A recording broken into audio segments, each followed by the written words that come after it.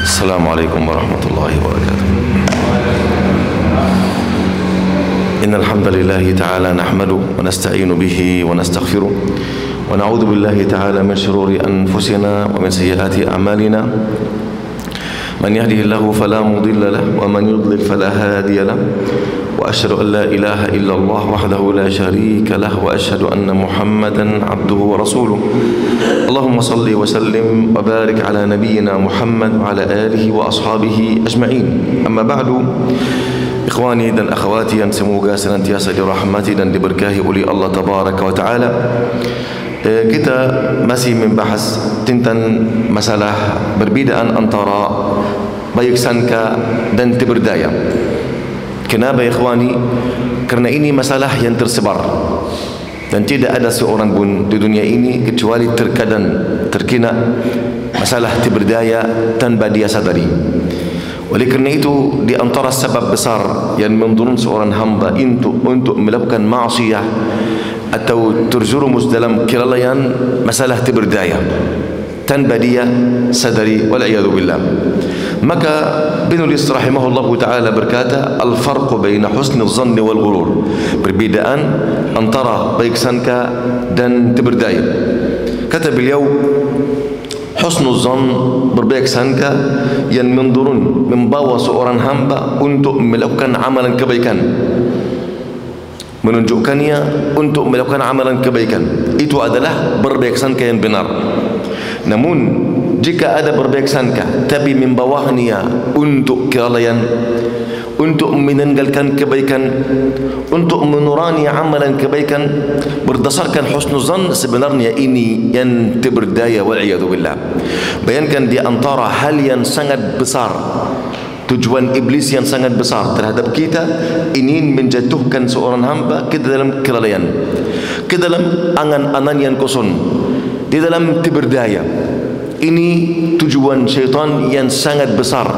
Bahkan syaitan bersumpah kepada Allah Azza wa Jal, bersumpah untuk hal seperti ini. Kata syaitan, wala umanniyannahum, dan benar-benar aku akan membangkitkan angan-angan kosong di dalam hati mereka. Kenapa ikhwani? Kerana orang di dalam angan-angan kosong seperti orang yang disentuh bius. Jika ada operasi sentuh bius, faham? Maka dia tidak sadar sampai dia mati, wal'iyadu billah. Jika dia mati, sudah semua tabir ghaib sudah terbuka baginya, maka dia akan binyasal tapi tidak ada guna pada itu. Maka berbaik sangka yang membawa seorang hamba untuk melaksanakan kebaikan, untuk memotivasi dalam amalan kebaikan. Jika ada berbaik sangka tapi tidak membawa seorang hamba untuk rajin di dalam ibadah, rajin dalam menuntut ilmu, wal'iyadu billah, kemudian dia berharap Allah akan mengampuni dosanya, maka ini namanya tiberdaya, wal'iyadu billah. Kata beliau, wa husnul zanni huwa raja, dan berbaik sangka adalah raja, harap yang jujur. Faham? Kerana raja ini salah satu rukun ubudiyah. Setiap muslim seharusnya mempunyai 3 rukun supaya dia namanya hamba Allah yang saleh. Jika ada salah satu rukun Quran, faham, maka dia di dalam kelalaian atau tiberdaya syaitan dan dunia. 3 rukun ubudiyah. Yang pertama, takut kepada Allah. Yang kedua, harap kepada Allah.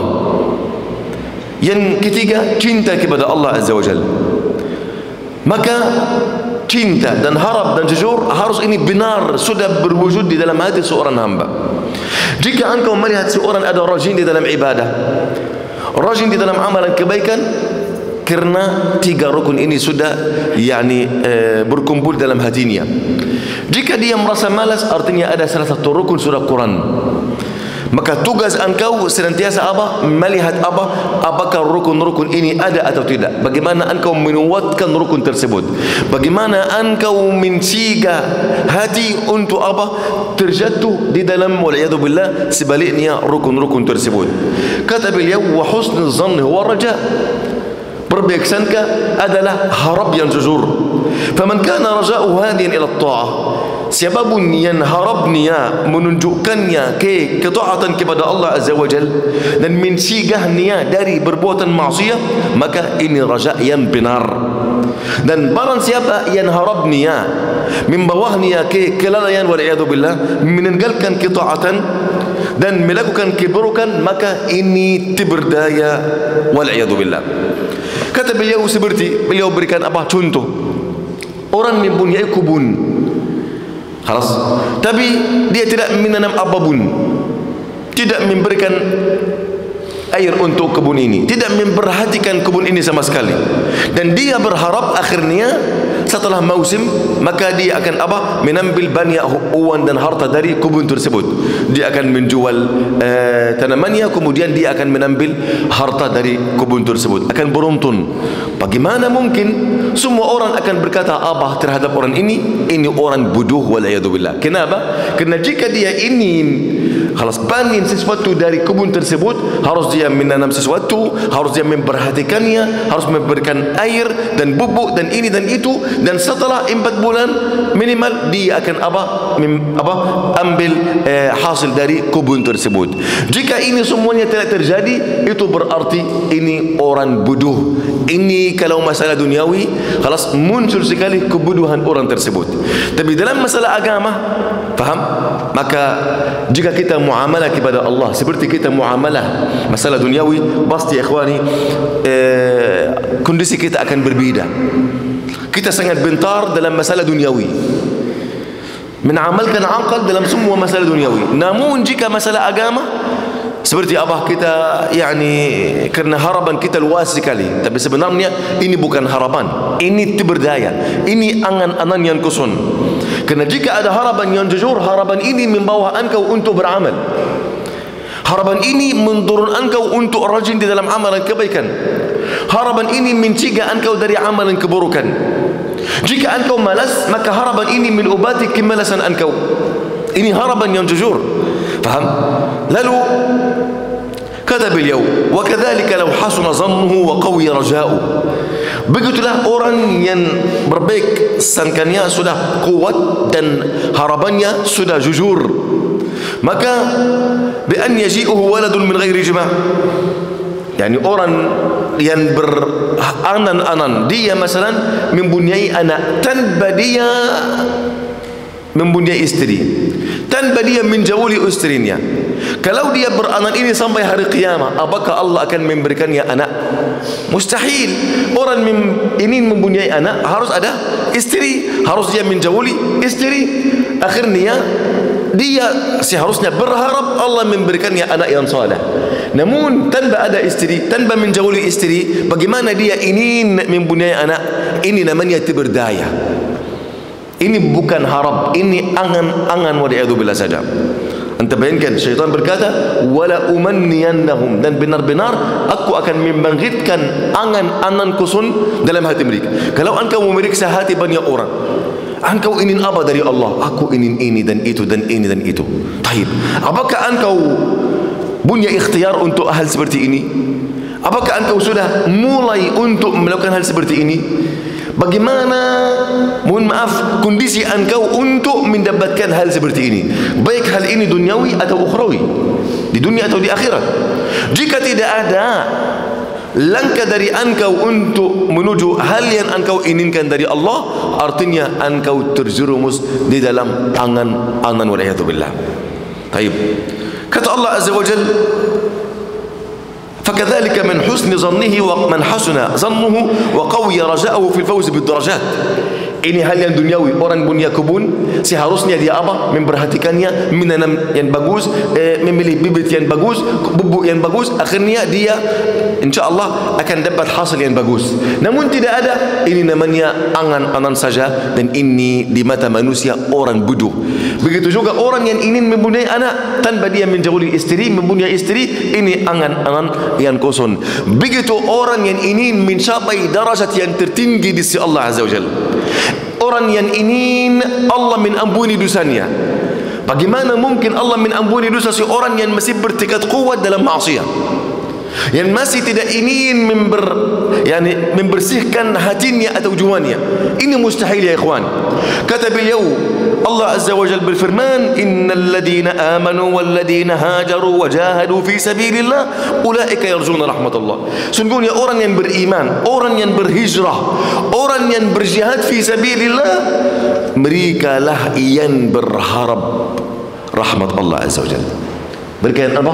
Yang berharap, ya subhanallah. Siapa yang berharap? Orang yang beriman kepada Allah, mewujudkan iman kepada Allah, memenuhi rukun-rukun iman kepada Allah, iman kepada hari akhir. Dan iman ini iman yang jujur. Mereka sudah mengerjakan kebaikan demi mendapat rahmat Allah Azza wa Jalla pada hari qiyamah. Kemudian orang yang berhijrah dari maksiat ke kebaikan, dari waliyadzubillah kedurhakaan Allah kepada apa? Kepada menjadi hamba Allah yang saleh, dari negeri Makkah kepada negeri Madinah. Orang yang sudah berhijrah, artinya mereka sudah meninggalkan tanah airnya, mereka sudah meninggalkan semua usahanya, semua keluarganya, semua anaknya, demi mencapai keridhaan Allah Azza wa Jalla. Wajahadu fi sabilillah, bukan berhijrah saja, bukan beriman saja, beriman, berhijrah dan berjihad fi sabilillah.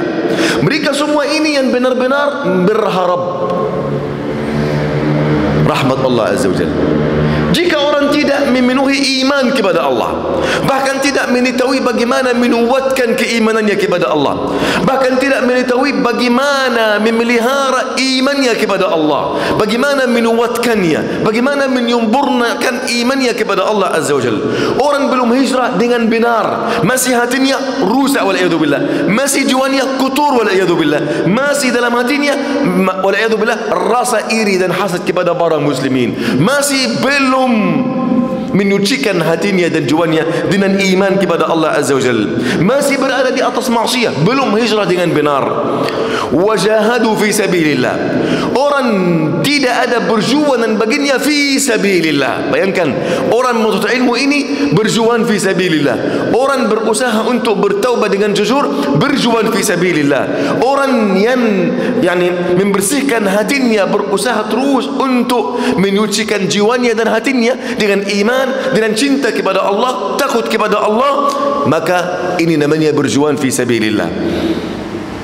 Maka ya ikhwani, orang yang tidak melakukan hal seperti ini dan masih menganggap bahwasanya dia berharap kepada Allah, ini orang berdusta.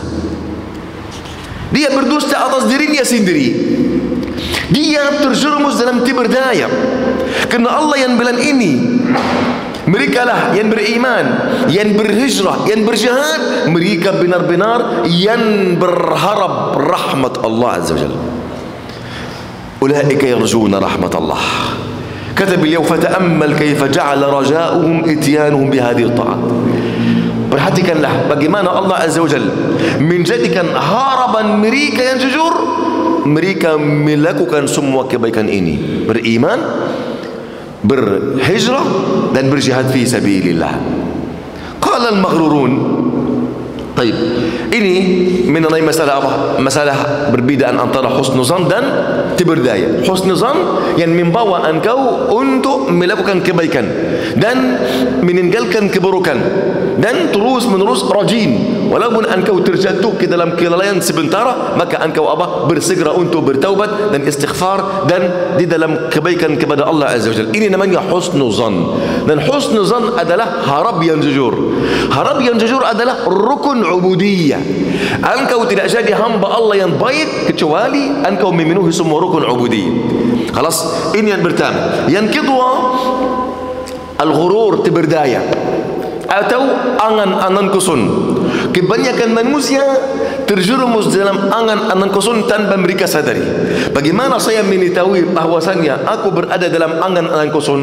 Tiberdaya syaitan, jika engkau berkurang amalan saleh, jika engkau terkadang malas, terkadang rajin, bahkan masa engkau malas lebih banyak daripada masa engkau rajin.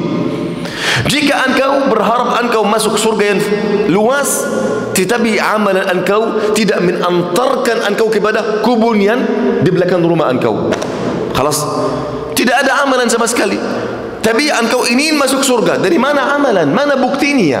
Ini namanya apa? Wal'iyadu billah, angan-angan yang kosong. Orang ingin rajin dalam ibadah tanpa dia rajin dalam menuntut ilmu. Bagaimana mungkin ada mobil bisa berjalan tanpa ada bahan bakar? Bahan bakar seorang hamba adalah ilmu. Dan ilmu ini untuk beramal, bukan berhiasan, bukan untuk kita menambahkan atau kita sudah mengaku bahwasanya kita sudah berhijrah dan kita menuntut ilmu. Mana amalan engkau? Mana akhlak engkau? Mana berjuangan engkau kepada Allah Azza wa Jal? Saya mau engkau menghafal ini. Orang yang beriman, orang yang berhijrah, orang yang berjuang fi sabilillah, mereka lah yang berharap rahmat Allah.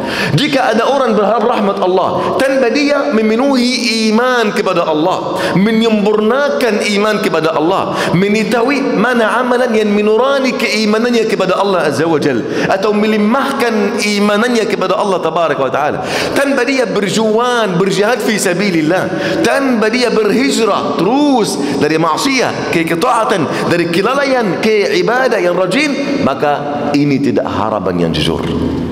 Ini tanda beliau dalam apa? Tiberdaya wal'iyadu billah. Kemudian kata beliau, faslu ar-raja'u wal-amani. Raja, harap-harap yang jujur, dan al-amani, angan-angan yang kosong. Sebelumnya berkata apa? Perbedaan antara berbaik sangka dan tiberdaya.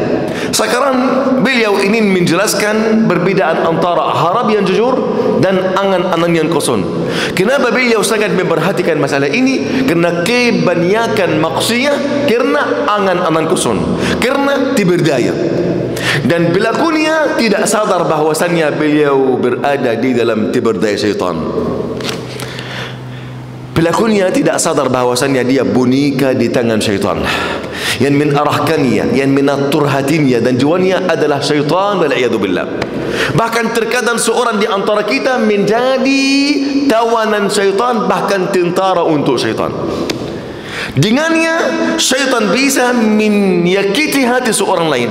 Dengannya syaitan bisa, wal'iyadu billah, yani menyesatkan orang yang lain tanpa berlaku hal ini sadar. Sekarang berbeda antara harap dan anan-anan. Kata beliau, hal yang seharusnya semua orang mengetahuinya, bahwasanya siapapun yang mengharap sesuatu, siapapun mengharap sesuatu, bayangkan tidak ada seorang pun di dunia kecuali punya harapan. Siapapun, mukmin maupun kafir, siapapun memiliki harapan. Terkadang harapan ini jujur, terkadang harapan ini hanya angan-angan yang kosong. Taib. Kata beliau, hal yang seharusnya semua orang mengetahuinya, bahwasannya barang siapa yang berharap kepada sesuatu, maka dia harus berkumpul ada 3 hal terkumpul badannya. Yang pertama, dia harus cinta apa yang dia harapkan. Yang kedua, dia harus takut akan kehilangan apa yang dia harapkan. Yang pertama cinta, dia mendapatkan harapannya.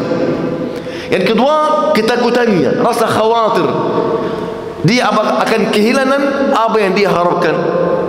Yang ketiga sa'yuhu fi tahsili, dia bersungguh untuk mendapatinya sesuai dengan kemampuannya. Ini apa? Ini tanda harapan yang jujur. Yang pertama, engkau mencintai apa yang engkau harap. Yang kedua, engkau takut akan kehilangan apa yang engkau harapkan.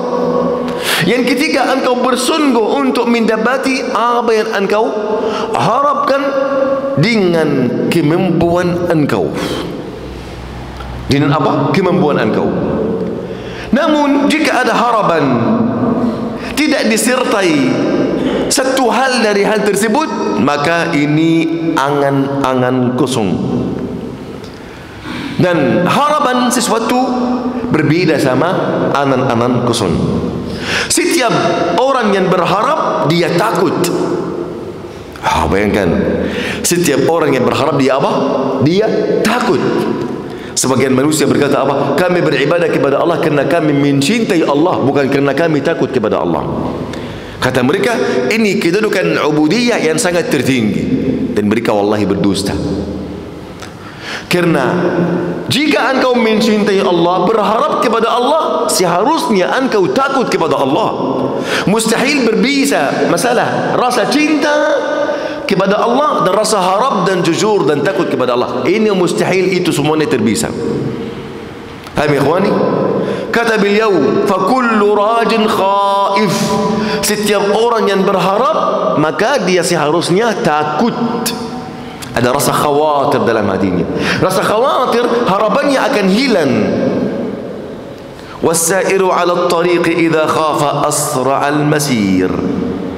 Orang yang berjalan menuju Allah atau menuju tujuan sesuatu pun, maka jika dia takut kehilangannya atau keterlambatannya, maka dia akan bersegera cepat. Semakin engkau takut kehilangan tujuan itu, semakin engkau apa? Bercepat untuk mencapai tujuan engkau. Paham ya ikhwani?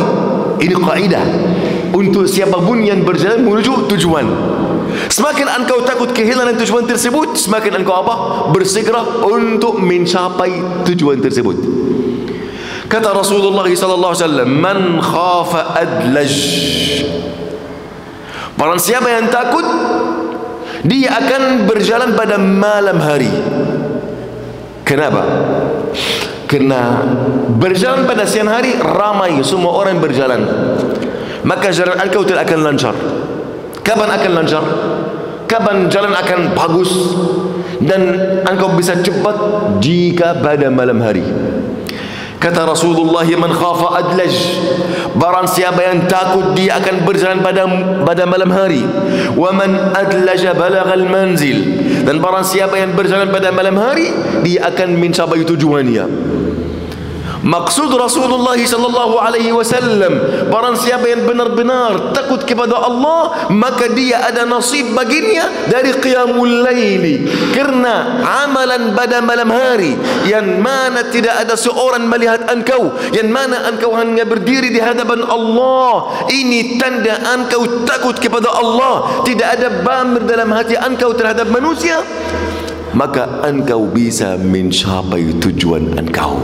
Tujuan setiap muslim dan muslimah untuk meridai Allah, untuk mendapat rahmat Allah tabaraka wa ta'ala, untuk memelihara, menjaga dirinya dari murka Allah tabaraka wa ta'ala. Ini tujuan kita semua.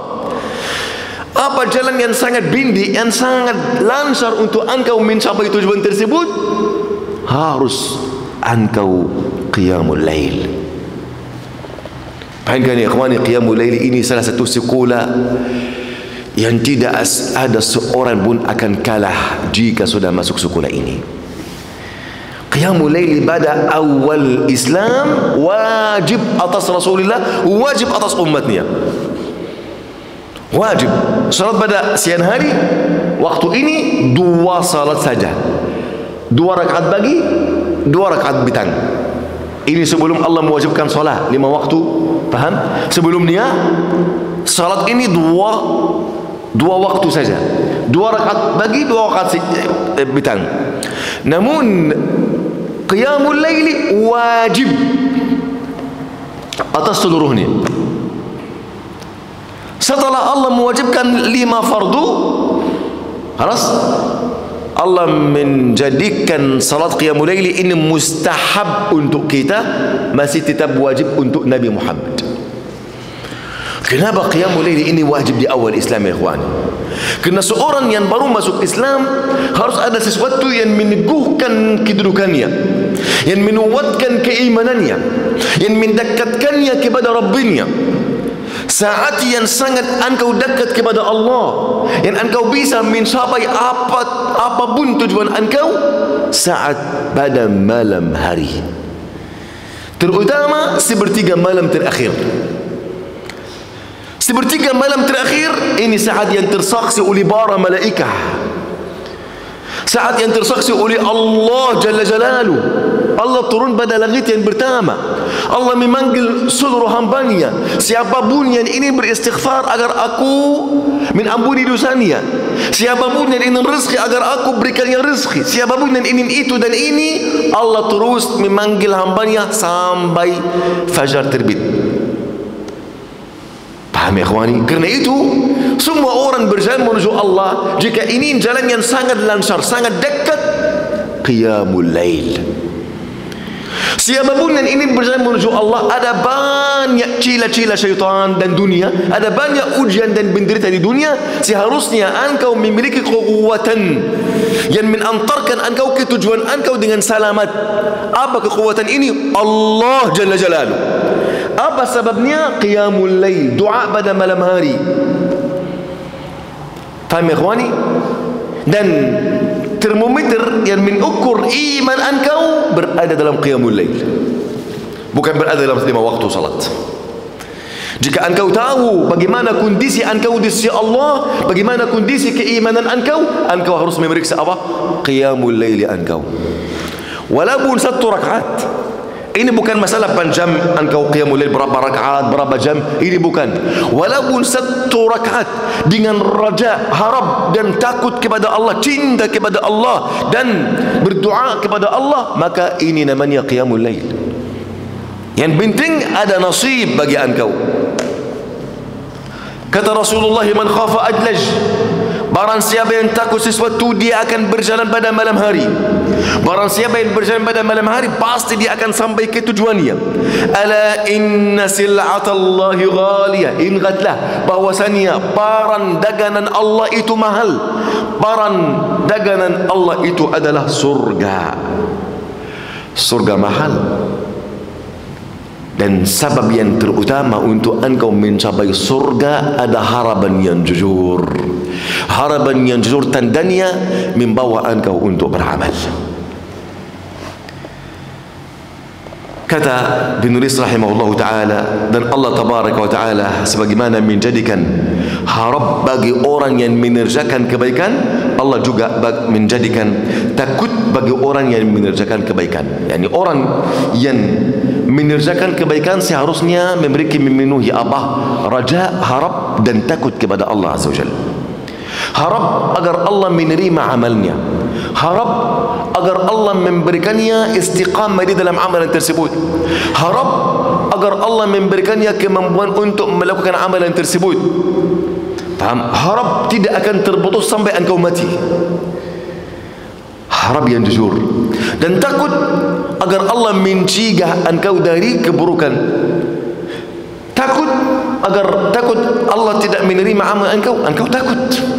Takut engkau akan apa? Dalam azab Allah azal dan ancaman Allah tabaraka wa ta'ala. Kata Allah azza wa jalla, memperhatikan ayat ini, ayat surat Al-Mu'minun 57 sampai 61. Innal ladzina hum min khasyati rabbihim musfiqun. Dan orang-orang yang takut kepada Allah, sangat takut kepada Allah. Min khasyati rabbihim. Khasyah dan khauf dalam bahasa Arab. Ada perbedaan antara khauf dan khasyah. Kalau bahasa Indonesia terjemah sama, takut dan khasyah, ini namanya apa? Khauf. Afwan, khasyah dan khauf ini adalah takut kalau bahasa Indonesia. Kalau bahasa Arab berbeda. Berbeda takut, afwan, khauf dan khasyah. Khauf takut. Engkau bisa takut dari apapun. Takut dari ular, betul? Takut dari haiwan buas, takut. Tapi ketakutan ini, faham? Kerana hal yang ada mudarat baginya, betul? Tapi kalau bersama Allah, ini takut untuk orang umum kepada Allah. Mereka takut kerana Allah maha luas, maha besar, maha mampu segala sesuatu. Azabnya sangat pedih, takut. Namun seorang hamba yang berilmu, Allah selalu menggunakan bersama orang yang berilmu rasa khasyah. Khasyah artinya takut dengan cinta. Oleh kerana itu khasyah. Kata Allah, innama yakhshallaha min ibadihi al-ulama. Sungguhnya orang yang paling takut dari Allah, hamba Allah yang berilmu. Di sini kata yakhsha, tidak berkata apa? Yakhaf. Kerana khasyah ini harus ada sesuatu yang engkau takut darinya dan engkau mencintainya. Faham? Bagaimana berkumpul semuanya? Rasa takut dan rasa cinta, ilmu yang menunjukkan engkau. Dan rasa harap, cinta, takut, keluar darinya apa? Khasyah. Khasyah kedudukan yang lebih tinggi daripada khaufu saja. Karena khaufi saja mungkin membawa seorang ke dia berputus asa. Tapi khasyah mustahil. Khasyah mustahil. Innal ladzina hum min khasyati rabbihim musyfiqun. Orang-orang yang benar-benar mereka dari ketakutan Allah, mereka sangat berhati-hati. Walladzina hum biayati rabbihim yu'minun. Dan orang-orang beriman kepada tanda kekuasaan Allah. Walladzina hum bi rabbihim la yusyrikun. Dan orang-orang yang tidak menyekutukan Tuhannya. Walladzina yu'tuna ma ataw wa qulubuhum wajilah. Dan orang-orang memberikan apa yang mereka berikan dengan hati yang takut. Kenapa? Karena mereka mengetahui bahwasannya mereka akan kembali kepada Rabbnya. Ulaika yusari'una fil khairat. Mereka lah yang bersegera untuk melakukan kebaikan, wahum laha sabiqun. Dan mereka akan mendahului kebaikan tersebut. Bayangkan ketakutan mereka kepada Allah Azza wa Jal, beriman mereka kepada tanda kekuasaan Allah, kemudian tauhid mereka, semua ini membuat mereka senantiasa melakukan kebaikan, dan bersegera untuk mengerjakan kebajikan. Bukan iman mereka membuat mereka rasa aman dari azab Allah, lalu mereka berkurang amal. Karena terkadang orang sudah berhijrah tapi merasa malas dalam ibadah, masih hadir menuntut ilmu, dan tapi kalau amalannya masih malas dalam amalannya. Ini musibah ya ikhwani. Ini tanda bahwasannya ilmu ini berhiasan untuk tubuhnya, belum masuk ke dalam hatinya, atau jiwanya masih kotor. Mustahil akan berkumpul cahaya ilmu dan kotoran apa? Hati dan jiwa. Oleh kerana itu, jika kita bertauhid, kita mengucapkan apa? La ilaha illallah. La ilaha ini membersihkan kotoran hati dan jiwa. La ilaha, tidak ada Tuhan. Membersihkan kotoran jiwa dari semua, faham? Sembahan selain Allah Azza wa Jalla.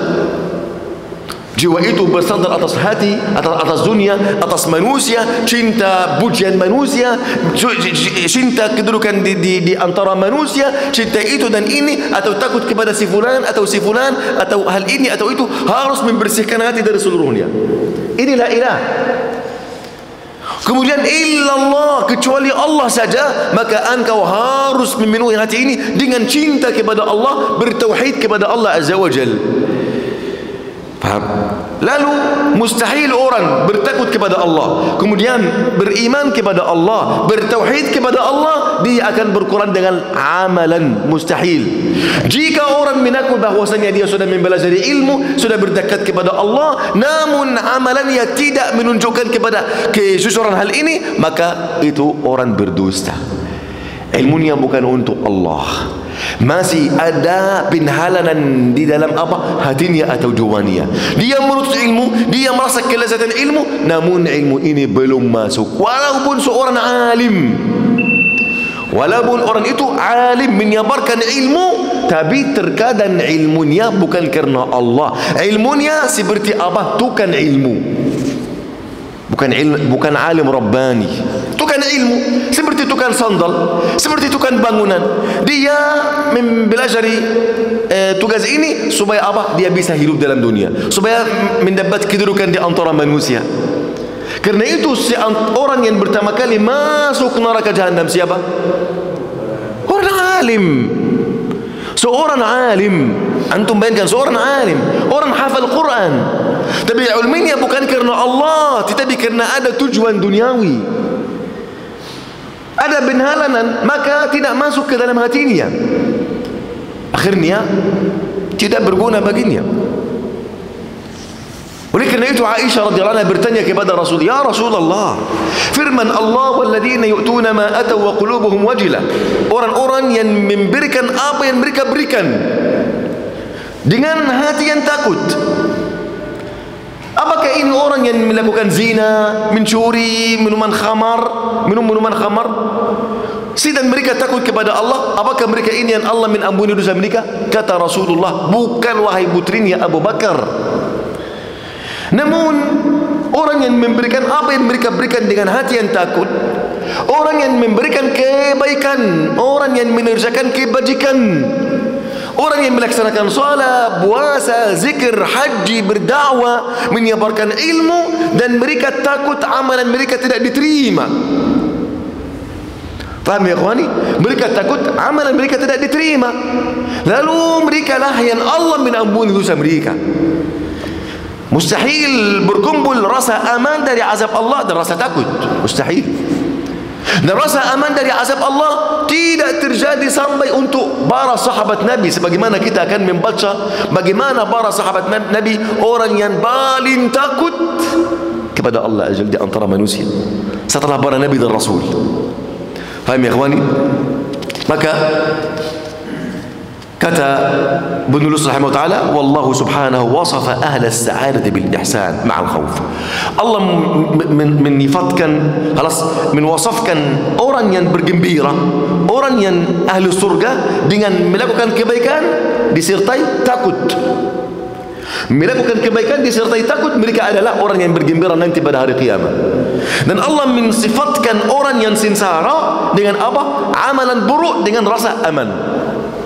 Jika ada amalan buruk dan rasa aman, itu adalah orang yang sengsara pada hari kiamat. Waliyadzubillah. Orang yang mengerjakan kebaikan dengan rasa takut, ini tanda kebaikan bagi orang itu. Maka penulis rahimahullah ta'ala akan cerita tentang bagaimana para sahabat sangat takut kepada Allah Azza wa Jalla. Bagaimana ketakutan ini sudah muncul pada amalan mereka, pada hati mereka, pada tubuh mereka. Tubuh mereka, jika engkau melihat Abu Bakar As-Siddiq, ya Allah, engkau pasti akan meyakini orang itu takut kepada Allah. Jika engkau melihat Umar, melihat Abdullah bin Abbas, melihat Utsman bin Affan, Ali bin Abi Talib, melihat mereka saja engkau akan meyakini orang itu takut kepada Allah. Bahkan kerana ibadah mereka, ada orang kerana melihat ibadah mereka, ada orang sudah masuk Islam. Sebagaimana kita akan menjelaskan pada pertemuan yang berikut ini insyaallah rabbul alamin. Taib. Sebenarnya fasal ini fasal yang luar biasa, yang sangat penting. Berbeda antara namanya berbaik sangka dan berdaya, dan berbeda antara harap yang jujur dan angan-angan yang kosong. Semoga Allah Azza wa Jalla membersihkan hati kita dari angan-angan yang kosong dan membersihkan jiwa kita dari semua kotoran yang menghalangi antara kita dan Allah Tabaraka wa Ta'ala. Amin amin ya rabbal alamin. Baik, kita mungkin buka beberapa menit untuk tanya jawab untuk ini yang bertanya.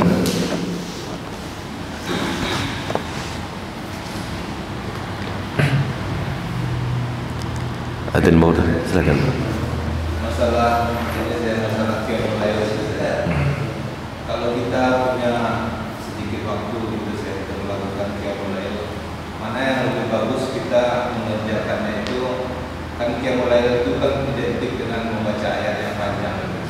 Mana yang lebih bagus kita meringkas ayatnya terus banyak rakaatnya, atau ayatnya panjang kita baca? Nah, qiyamul lail apa yang paling bagus? Untuk secara umum, bukan berkaitan hal seperti ini saja. Yang paling bagus awal qiyamul lail mulai dari waktu Isya sampai waktu Fajar.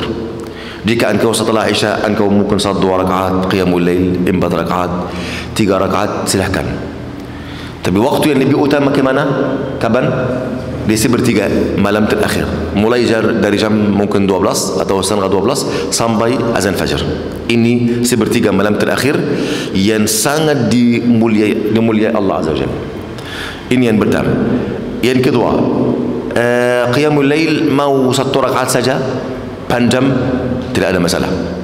Faham? Mau 3 rakaat saja tidak ada masalah. Mau 11 rakaat, ini yang sangat sempurna. Ini yang sangat sempurna. Faham? Baik. Yang berikutnya, apakah saya membaca Al-Quran, surat-surat pendek, kemudian memperbanyak rakaat atau tidak?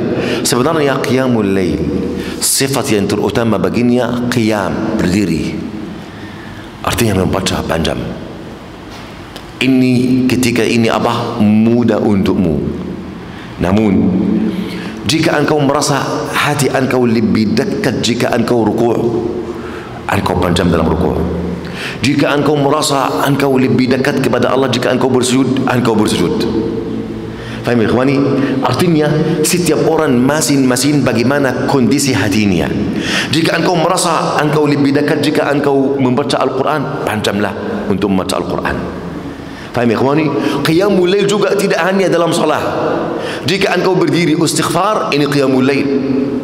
Namanya min hidup malam dalam ketaatan kepada Allah, apapun ibadah yang terutama untuk salat. Tapi ada orang malas untuk salat, masalah salat 3 rakaat kemudian malas. Tidak ada masalah, baca Quran saja, ini qiyamul lail. Zikir saja, doa saja. Faham ikhwani? Ini semuanya termasuk ke dalam apa? Qiyamul lail. Maka yang mudah bagi engkau, kita berkata waktu yang terutama sepertiga malam terakhir. Namun engkau terkadang capek sekali, anda takut tidak bisa bangun, maka di awal malam, supaya engkau termasuk ke dalam apa? Orang yang sudah melaksanakan qiyamul lail. Kerana qiyamul lail di sisi Allah kemuliaan seorang muslim. Maka yang mudah bagi engkau melakukannya. Sebagian sahabat melakukan qiyamul lail di awal malam kerana Nabi sudah pernah melakukan seluruhnya. Pernah qiyamul lail di awal malam, kemudian tidur, dan pernah melakukan qiyamul lail di tengah malam, kemudian pernah qiyamul lail di akhir malam, sallallahu alaihi wasallam. Supaya apa? Memudahkan untuk kita. Kerana kalau qiyamul lail tidak bagus kecuali, atau tidak baik kecuali, atau tidak sah kecuali di akhir malam, terkadang akan susah untuk kita.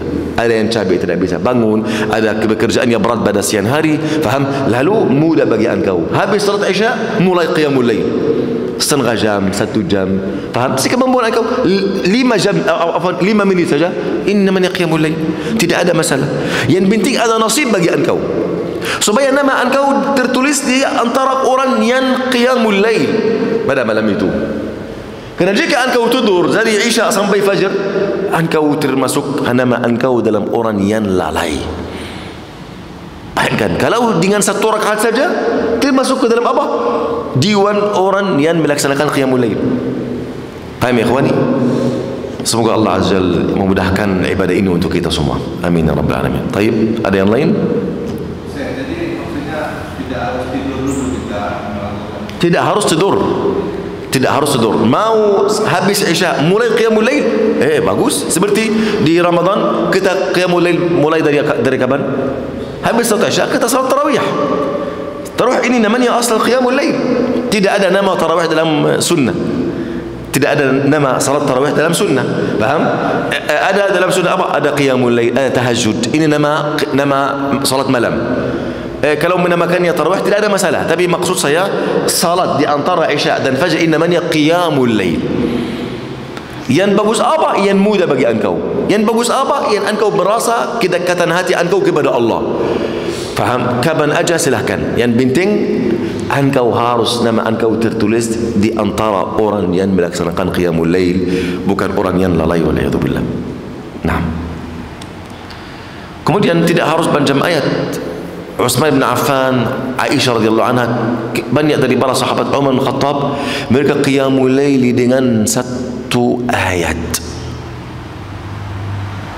Mereka min ulan-ulani. Kerana ayat ini maknanya luar biasa. Allah membuka hati mereka untuk mentadabburi ayat tersebut hingga mereka tidak bisa berpindah kepada ayat yang berikutnya. Mereka min ulan-ulani ayat tersebut dan mengani sampai azan fajar. Faham ya ikhwani? Kerana itu qiyamul lail ini ibadah berkaitan hati. Hati engkau di mana dalam posisi qiyamul lail? Dalam rukuk, panjanglah rukuk. Dalam sujud, panjanglah sujud. Dalam bacaan Quran, panjanglah bacaan Quran. Dalam 1 ayat saja. Faham? Yang penting harus masuk ke dalam masalah ini. Faham? Wallahu tabaraka wa ta'ala a'la wa a'lam. Wa sallallahu wa sallam wa baraka ala nabiyina Muhammad. Alhamdulillahi rabbil alamin.